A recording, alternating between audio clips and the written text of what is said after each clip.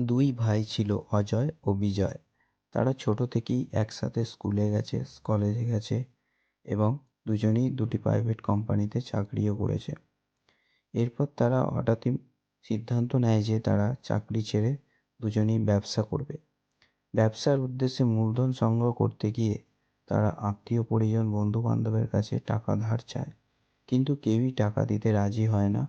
কারণ বর্তমান দিনে টাকা দেওয়ার থেকে চাইতে গেলে সম্পর্ক নষ্ট হয়ে যায় বেশি। এরপর তারা সিদ্ধান্ত নেয় যে ব্যাংকের থেকে ঋণ নিয়ে তারা সেই ব্যবসা শুরু করবে। ব্যাংকে গিয়ে দুজনেই লোনের অ্যাপ্লিকেশন জমা দেয় এবং ব্যাংক ম্যানেজার অজয়ের লোনটি অ্যাপ্রুভ করে দেয়, বিজয়ের লোনটি অ্যাপ্রুভ হয় না। এরপর বিজয় জানতে চায় ব্যাংকের কাছে যে কী কারণে তার লোনটি অ্যাপ্রুভ হলো না আর অজয়ের লোনটি অ্যাপ্রুভ হয়ে গেল। এবং সে মনে মনে চিন্তা করতে থাকে যে আমরা দুজনে তো একই ক্যাটাগরিতে বিলং করি, তাহলে ওর ঋণটি অ্যাপ্রুভ হলো, আমার ঋণটি অ্যাপ্রুভ হলো না কেন? এরপর ব্যাংক থেকে জানানো হয় যে অজয়ের সিবিল স্কোর 700-র ওপর। সেই জায়গা থেকে বিজয় মনে মনে ভাবতে থাকে সিবিল স্কোর কী বা ক্রেডিট স্কোর কী। ক্রেডিট স্কোর বা সিবিল স্কোর কীভাবে নির্ধারণ হয়, এই সমস্ত প্রশ্ন বিজয় মনে মনে চিন্তা করতে থাকে। নিশ্চয়ই আপনারাও ভাবছেন। আজকে আপনারা এই 5 মিনিটের ভিডিওর মাধ্যমে যে প্রশ্নগুলি মনের মধ্যে আসছে সেই প্রশ্নের উত্তর পেয়ে যাবেন বিজয়ের সাথে সাথে আপনিও। তাই বন্ধু, আপনি যদি আমাদের চ্যানেলে নতুন দর্শক হয়ে থাকেন, অবশ্যই ভিডিওটিকে একটি লাইক করে চ্যানেলটিকে সাবস্ক্রাইব করে পাশে থাকা বেল আইকনটি বাজিয়ে দিন এই ধরনের ভিডিও যাতে করে আরও বেশি বেশি পেতে পারেন। প্রথমেই বন্ধুরা, ব্যাংক থেকে বিজয়কে জানানো হয় যে আপনার সিবিল স্কোর 500-র নিচে, অর্থাৎ আপনি ইতিমধ্যেই সিবিল স্কোরে দেখা যাচ্ছে 2-3টি ক্রেডিট কার্ড ইউজ করেন এবং বাড়ির লোন নিয়ে বসে আছেন। সেক্ষেত্রে সেই লোনগুলি কয়েকটি ইএমআই ডিফল্টও হয়েছে, অর্থাৎ সময় দিতে পারেনি, সেই কারণে তার সিবিল স্কোর খারাপ হয়ে গেছে। এখন বন্ধুরা আমরা জেনে নেব এই সিবিল স্কোর কী। সিবিল স্কোর হলো মোদ্দা কথায় আপনার ব্যাংকিং যে দেনা পাওনার হিসাব নিকাশের ওপর নির্ভর করা একটি রিপোর্ট। অর্থাৎ আপনি যদি কোথাও থেকে ঋণ নিয়ে থাকেন, সেই ঋণের পরিশোধ কত করেছেন, কত দিনের জন্য নিয়েছেন, কত টাকা এখনও বাকি আছে বা কবার কিস্তি দিতে পারেননি, ইন ডিটেলস একটি রিপোর্ট, যেটির মাধ্যমে আপনার সিবিল স্কোর তৈরি হয়ে থাকে। এখন আমরা আলোচনা করব ঠিক কী কী কারণেই আপনার অজান্তে আপনার সিবিল স্কোর খারাপ হয়ে যেতে পারে। আপনার অজান্তে আপনার প্যান কার্ড যদি কেউ ইউজ করে ঋণ নিয়ে থাকে আর তা সময়ে পরিশোধ যদি না করে, সেক্ষেত্রে আপনার সিবিল স্কোর খারাপ হতে পারে। এই সিবিল স্কোর কারা তৈরি করে? এই সিবিল স্কোর তৈরি করার জন্য সরকার নির্দিষ্ট কিছু এজেন্সিকে, অর্থাৎ ক্রেডিট স্কোর নির্ণয়কারী কিছু এজেন্সিকে এই দায়িত্ব দিয়ে রেখেছে, যারা আপনার আমার ফিনান্সিয়াল লেনদেনের সমস্ত তথ্য তাদের কাছে নথিভুক্ত রাখে।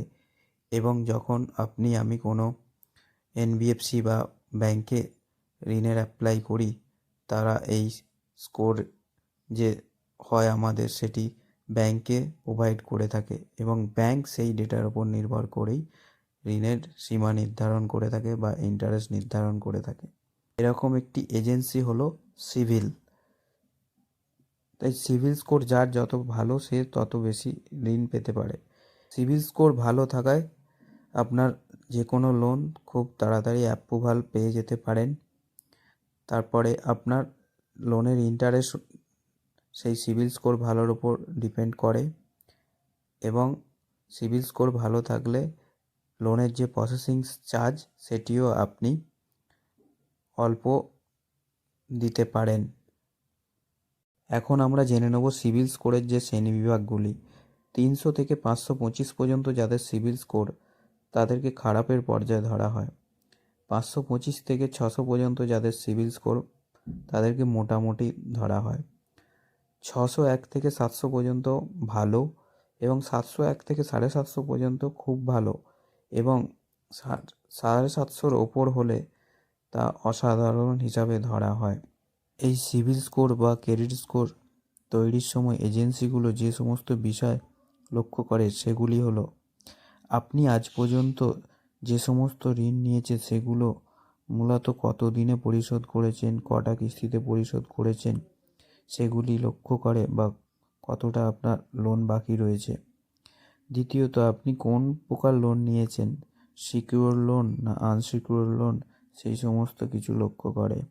এছাড়া বন্ধুরা, আপনার একসাথে কতগুলি লোন চলছে সেটির ওপরও ডিপেন্ড করে আপনার সিবিল স্কোর বা ক্রেডিট স্কোর কম হবে না বেশি হবে। যদি আপনার একাধিক লোন চলে সেক্ষেত্রে এজেন্সি মনে করে যে আপনি ঋণ নিয়েই সমস্ত কিছু কাজ করতে চান, সেক্ষেত্রে আপনার ক্রেডিট স্কোর কম হতে পারে। এছাড়া আরও একটি গুরুত্বপূর্ণ বিষয় হলো, আপনি যদি বিভিন্ন এনবিএফসি বা এজেন্সির কাছ থেকে ঋণ নেবেন বলে ক্রেডিট চেক করিয়ে থাকেন, সেক্ষেত্রে আপনার ক্রেডিট স্কোর কম হতে পারে। যদি আপনার কাছে ক্রেডিট কার্ড থেকে থাকে সেক্ষেত্রে আপনার ক্রেডিট কার্ডের যা লিমিট সবসময় তার 30% ইউজ করার চেষ্টা করবেন, এতে করে আপনার ক্রেডিট স্কোর ভালো থাকে। অর্থাৎ আপনার যদি 1,00,000 টাকা লিমিট থাকে সেক্ষেত্রে আপনি 30,000 টাকা পর্যন্ত ইউজ করবেন। এরপরও যদি আপনার ঋণের প্রয়োজন হয় সেক্ষেত্রে আপনি আরও একটি কার্ড অ্যাপ্লাই করতে পারেন অন্য এজেন্সিতে, বা সেই কার্ডের লিমিটটি বাড়ানোর জন্য আবেদন করে সেখান থেকে আরও টাকা নিতে পারেন। তবে মাথায় রাখবেন, টোটাল আপনার যে লিমিট হবে তার 30%-এর বেশি যাতে না হয়। প্রয়োজন ছাড়া কোনো এজেন্সির কাছে লোনের কোয়ারিজ করবেন না, এতে করে আপনার সিবিল খারাপ হতে পারে। এতক্ষণ আমরা আলোচনা করলাম ক্রেডিট স্কোর কী, সেটি কিভাবে নির্ণয় হয়, এবং ঠিক কোন কোন বিষয়ের উপর ডিপেন্ড করে আপনার ক্রেডিট স্কোর খারাপ হতে পারে। এখন বন্ধুরা, আমি আপনাদের সাথে আলোচনা করতে চলেছি যে ঠিক কী কী করলে আপনার ক্রেডিট স্কোর বা সিবিল স্কোর বাড়তে পারে সেই বিষয়ে বেশ কিছু ট্রিক। সর্বপ্রথম, আমার যে সকল বন্ধু এখনও পর্যন্ত একবারও ঋণ নেননি তারা যদি তাদের সিবিল স্কোর বা ক্রেডিট স্কোর চেক করে, দেখবেন হয় 0 আসবে, নয় -1 আসবে। সেক্ষেত্রে আপনি যখনই হঠাৎ করে কোনো ঋণ নিতে যাবেন ব্যাংকের কাছে, আপনাকে বেশি টাকা লোন অ্যাপ্রুভাল দিতে চাইবে না, যেহেতু আপনার একবারও লোনের হিস্ট্রিটি তারা দেখতে পাবে না। তাই বলবো, আপনারা যদি আগামী 1-1.5 বছরের পর লোন নিতে চান তাহলে অবশ্যই আপনার কাছে সঞ্চিত অর্থ এফডি রেখে তার একটা পার্সেন্টেজ কার্ডের লিমিট হিসাবে ক্রেডিট কার্ড বানিয়ে নিয়ে সেখান থেকে সেই কার্ডটি ইউজ করুন, এবং তার যে ইনস্টলমেন্ট বা ক্রেডিট কার্ডের বিল আসবে সেগুলি সঠিক সময়ে পরিশোধ করুন। এতে করে আপনার যে 0 থেকে -1 যে ক্রেডিট স্কোরটি ছিল সেটি সময়ে ঋণ পরিশোধের ওপর ভিত্তি করে অনেকটাই বৃদ্ধি পাবে। এতেও গেল যারা একবারও ঋণ নেয়নি তাদের কথা। এছাড়াও আরেকটি ট্রিক হলো, যদি বাচ্চাদের প্যান কার্ড তার ঋণের সময় তার বাবার সাথে জয়েন্ট ভেঞ্চার হিসেবে জয়েন করে রাখে, সেক্ষেত্রে তার অভিভাবকের ঋণটি পরিশোধের সাথে সাথে বাচ্চার ক্রেডিট স্কোরটিও বেড়ে থাকবে ভবিষ্যতের জন্য। ক্রেডিট কার্ডের ক্ষেত্রে আরও একটি বিষয় সবসময় লক্ষ্য রাখবেন যে এজেন্সিগুলো ক্রেডিট কার্ড দেওয়ার সময় কোনো চার্জ নেই বললেও যদি আপনার সাথে কোনো রকম চার্জের বিল দাবি করে সেক্ষেত্রে অবশ্যই কোনো রকম বাক বিতণ্ডে যাওয়ার আগে ডেটের মধ্যে সেই বিলটি পেমেন্ট করে দিন, এবং পরবর্তীতে আপনি সেই এনবিএফসি বা এজেন্সির সাথে কথা বলুন সেই বিলের বিষয়। কিন্তু কখনোই এমনটা করবেন না যে বিল না মিটিয়ে আপনি ডিউ ডেট পার করে গেলেন, তাতে করে দেখা গেল আপনার 400 টাকা যদি চার্জ কেটে থাকে সেটি ফাইন সমেত হয়তো 4,000 টাকাও দিতে হতে পারে। এই বিষয়টি লক্ষ্য রাখবেন সব সময়। এবং তাতে করেও আপনার সিবিলে এফেক্ট হবে। এই ছিল আজকের ক্রেডিট স্কোর বা সিবিল স্কোর রিলেটেড সম্পূর্ণ ভিডিও। কিভাবে ক্রেডিট স্কোর বাড়ে, ক্রেডিট স্কোর কিভাবে কমে এবং ক্রেডিট স্কোর কিভাবে আপনি আস্তে আস্তে বাড়াতে পারবেন, সেই নিয়ে আজকের ভিডিওতে ডিটেলস আলোচনা করলাম। এরকম যদি অন্য কোনো বিষয় থাকে যেটি সম্পর্কে আপনারা জানতে চান, অবশ্যই আমার কমেন্ট বক্সে সেটি কমেন্ট করে জানান। আগামী দিনে আমি সেই বিষয়ের ওপর ইন ডিটেলস ভিডিও আনার চেষ্টা করব। আশা করছি আপনাদের মনে এবং বিজয়ের মনে থাকা সমস্ত প্রশ্নের উত্তর দিতে পেরেছি। ভিডিওটি ভালো লাগলে অবশ্যই চ্যানেলটিকে সাবস্ক্রাইব করে পাশে থাকা বেল আইকনটি বাজিয়ে দেবেন। ভালো থাকবেন, সুস্থ থাকবেন, সদা সর্বদা আপডেট থাকবেন। ধন্যবাদ।